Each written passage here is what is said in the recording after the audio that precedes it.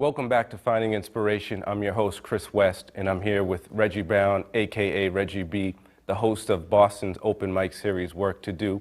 Reggie, appreciate you being on the show. Thanks for having me, Chris. That's what's up, man. Absolutely. Before we get into Work to Do, can you tell the audience a little bit about yourself? Born and raised in Roxbury, in Orchard Park. It's now known as Orchard Gardens. Went to elementary school at the Albert Palmer School, which is on Eustis Street, and went to middle school at the Michelangelo Middle School in the North End, which is now turned into condos.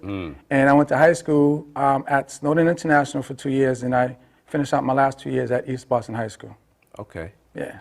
Now, what is it about Boston that you love so much? I mean, you're so involved in the community. You seem to be really just rooted here. What is it about Roxbury or Boston in particular that you love? I guess I would say growing up as a child, you know what I'm saying, a lot of the stuff that I did, like the roller skating, going to the basketball games, going to the old Boston Garden, watching the wrestling, which was the WWF back then. Those days, man. Yeah, you know, I used to roller skate over in Spinoffs, which is now called Jillian's. It's a pool hall right next door to Fenway Park. It was a roller skating place called Spinoffs. I used to go there every weekend, so I was there, just, you know, enjoying the festivities of the roller skating, and just going to the basketball games at the Celtics, Boston Garden.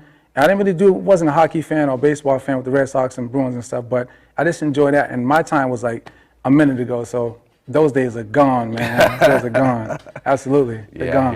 I hear that. I mean, you talk about the Garden and the WWF, yes. and I miss those days too, man. It's like, it just seems so, you know, such a long time ago. I wonder what kids are out there doing today to have fun.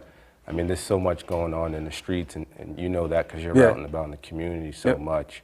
But yeah, those were the days. Definitely, man. Yeah. So I want to tell the audience first, you know, how we met and how, you know, we connected. Reggie and I, we were a part of a community leadership institute out in Cincinnati, and we were sent by Nuestra Comunidad, which is a nonprofit here in Boston, and they sent us out to Cincinnati to take part in these informational sessions that were really geared around empowering residents on how to go back to their community and do something positive for the better of their community and their city. And that's where you and I met. We sat in a couple of sessions together. And one of the most intriguing things that I witnessed during that conference is that there were people from all across the country, and they all were experiencing similar things in their community that you and I see every day, you know, as we're out here in Boston. So that was a great experience. But also what caught my attention about you was you were someone who went to the conference, you know, to bring back some knowledge to the city, but you were already doing work here. You were hosting this open mic series titled Work to Do. Can you tell me a little bit about what Work to Do is about? Yeah, well, the concept of Work to Do came from an actual art gallery, which is located down in Roxbury on the corners of Palmer and Harrison Ave. It's called RF63 Art Gallery. And that's where the open mic for Work to Do originated there. So me and the owner of the art gallery was talking, and we came upon, what are we gonna call it? So I saw this piece that he'd drawn out. So he was facing me, and I looked behind him, and it was a picture of MLK with an Applejack hat on, with the front button snap, turned to the side a little bit. And then his hands were gesturing, rolling up his shirt sleeves. So I was like, why don't we call it Work to Do? Art gallery owner said, what? Where'd you get that from? I said, turn around, look. He said, man, you just saw the piece and looked at it and called it that? It came right to me as soon as I seen that piece. So that is where Work to Do came from. Got you. Now, Work to Do is an open mic series. I had the opportunity to attend one of the sessions a few months ago. I think it was April. Back in April, And so prior to me going to the open mic, I thought, you know, it was going to be poetry, spoken word, but you had a lot more than that. You had poetry, spoken word. You had a little bit of people singing. You had some brothers and sisters that would, you know, spitting rhymes. I even remember you had one cat, I forget his name and I apologize, but he was a classically trained saxophonist.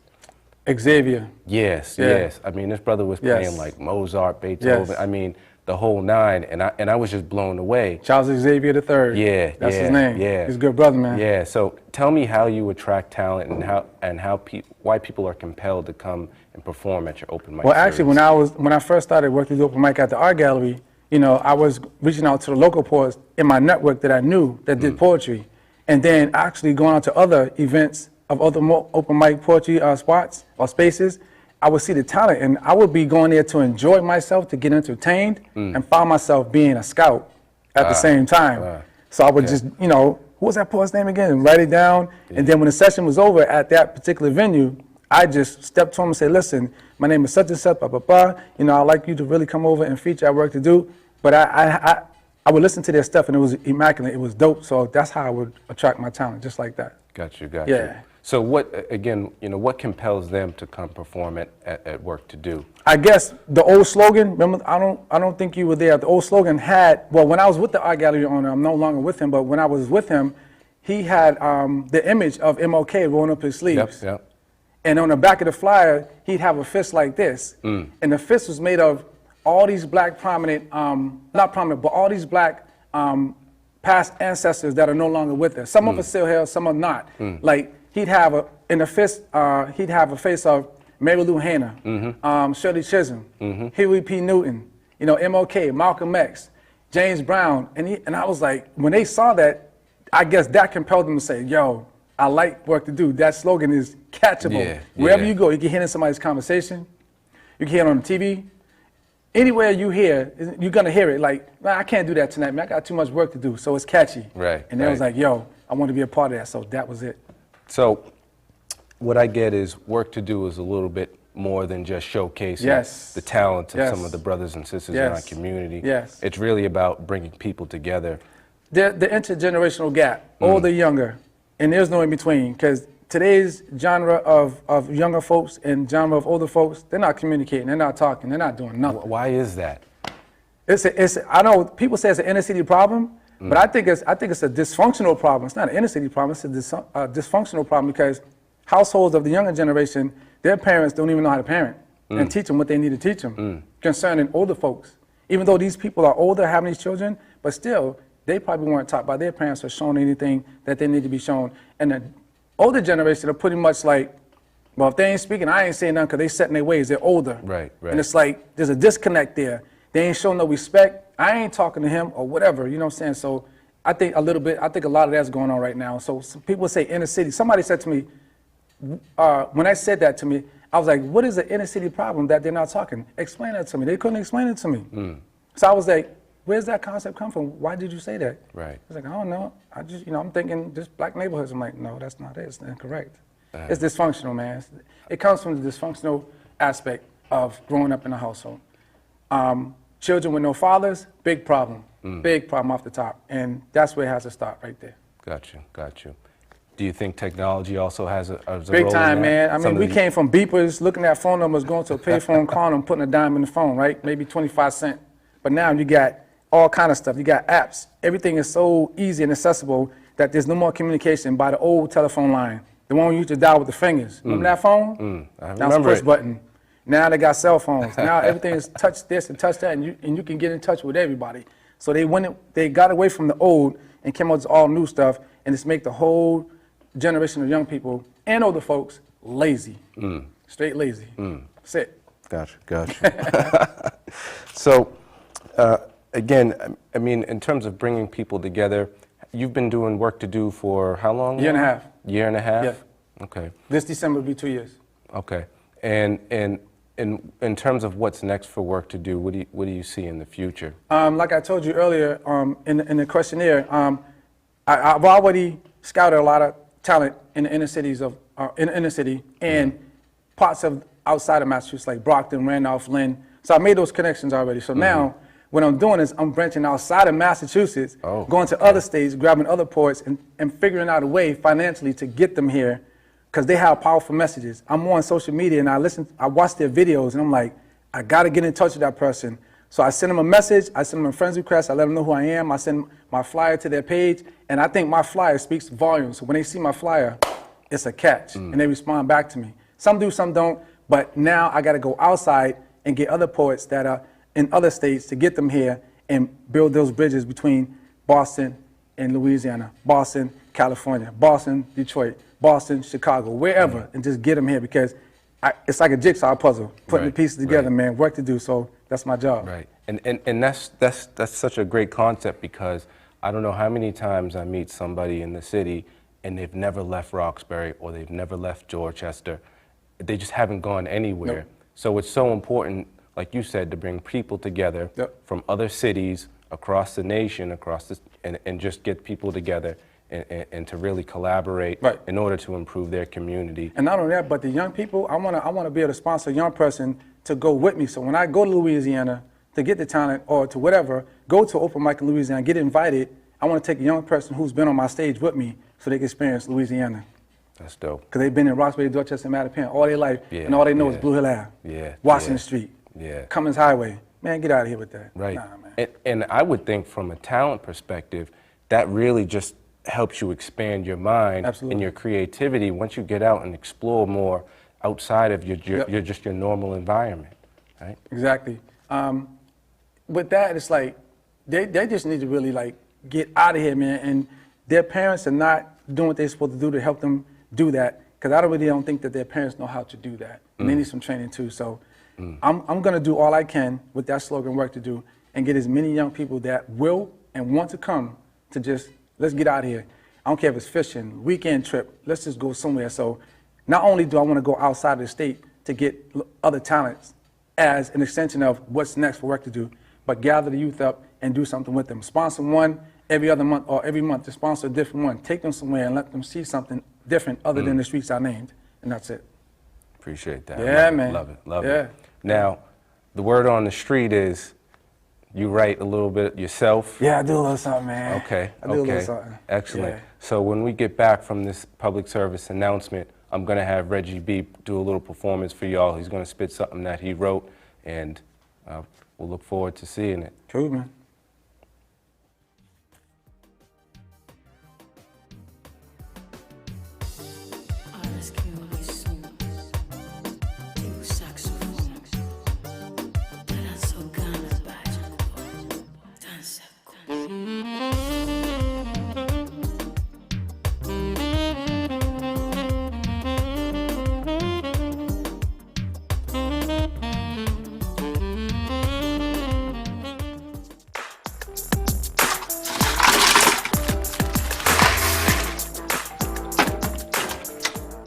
Thank you.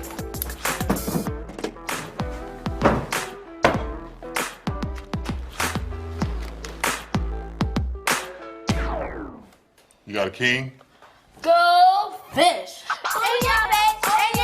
The smallest moments can have the biggest impact on a child's life. Take time to be a dad today.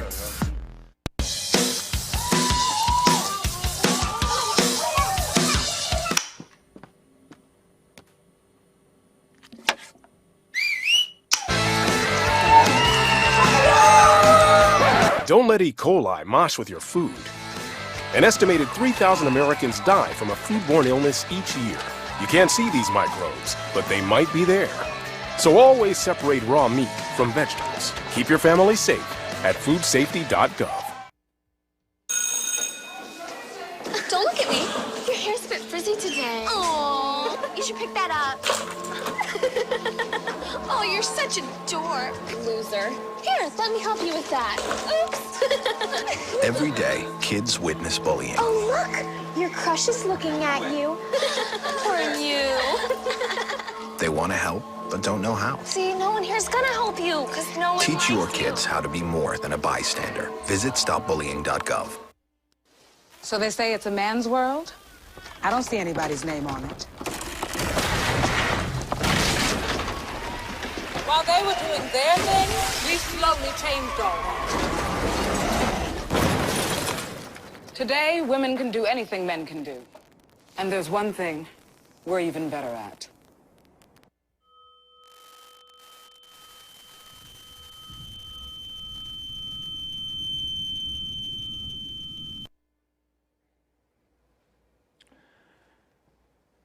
Parents, black and brown parents, should I say, why is it that your black children play and watch way too much TV. But you, the parents, are not home. Or matter of fact, you are in the homes, but you don't monitor your children to make sure that what they're watching does not become their substitute mother, their father, or even their imagined deity. Television is used as a Jedi illusion to keep you, the black parents, and your little black boys and little black girls in a state of confusion, far from today's truths and realities. There's nothing on today's TV that portrays you or me. In today's households, there's no father, no manly figure, so the children have no one to look up to and no guidance. So what do? They get into the streets and turn to the violence. And then away they go indefinitely. Children need love and guidance from their mothers, their fathers, their families, and the rest of their common unities. Those are the right channels, vibrations, tones, and frequencies.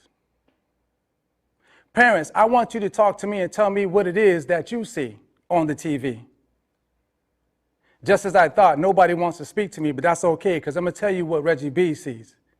On CBS, he sees Caucasians broadcasting their systems on CBS. He sees ABC, Asians backing Caucasians on the TV, ABC. He sees nothing black, just Caucasians on NBC. That's what I see. Those shows, those positive shows about you and me are no more, you see?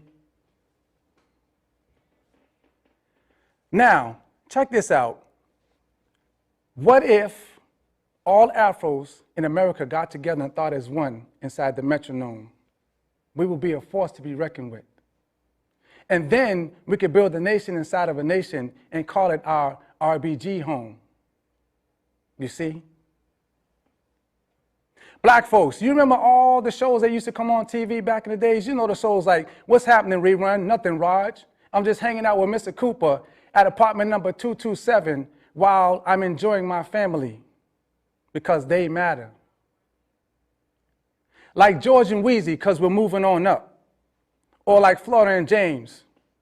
Those were the good times. So for those who do not want to have anything to do with Roxbury, Dorchester, and Mattapan with rolling up them sleeves and getting work to do, I'm going to ask you to do one thing for me. Move to the side because I have no use for you. I'm Reggie B. Peace.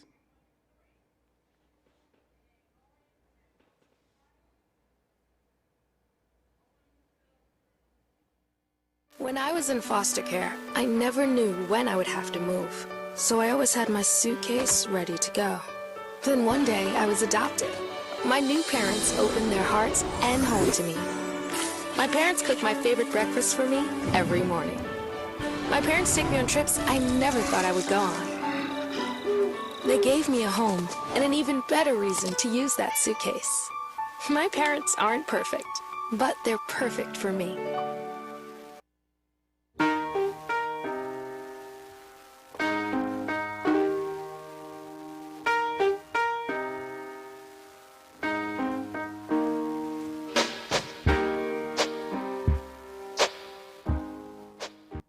Welcome back to Finding Inspiration. I hope you enjoyed that from Reggie B. Reggie, I appreciate that, man. That was powerful. Thanks, bro. What I'd like to ask you to do is just to break that down for the audience a little bit, because you had a couple of messages, underlying messages in that piece, and I caught them. But I think it would be much better if you just explained it a little bit to the audience of what you were trying to portray in that. Yeah. You know, like we were talking about technology in the last segment, and you know, the media, of course, you know, we as those of us that know, because there's a lot of us that don't know, that the media is controlled by corporations. 272 executives running 6 corporations that run that TV that everybody in this country watches. Come on, that's a lot, man. So when you subject your children to just watching the TV, you're not monitoring them. What are they watching? What's getting into their heads? Children absorb a lot of information, good or bad, on the TV. And if nobody's monitoring them, what are they going to do? They're going to watch anything because mommy don't care, daddy don't care. They're probably out or in the house, in the room, whatever, doing whatever. They don't care what I watch. So I'm going to watch whatever I want to watch. And then all that stuff's being fed to them through the TV. It gets in their minds and absorb it, and they probably go out in the street and act it out. That stuff is real. Tones, vibrations, and frequencies coming from a TV or radio, sounds, waves, that's real stuff. And I don't think a lot of people get that.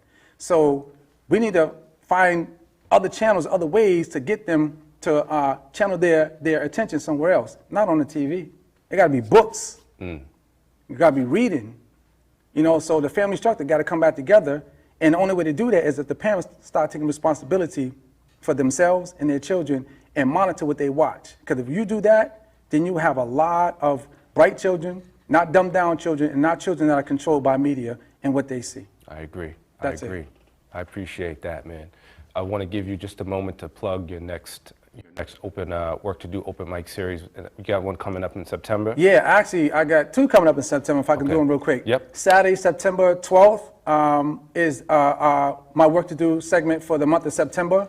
It's located at the Boston Workers Alliance at 140 Winthrop Street off of Blue Hill Avenue. It's from 6 to 9.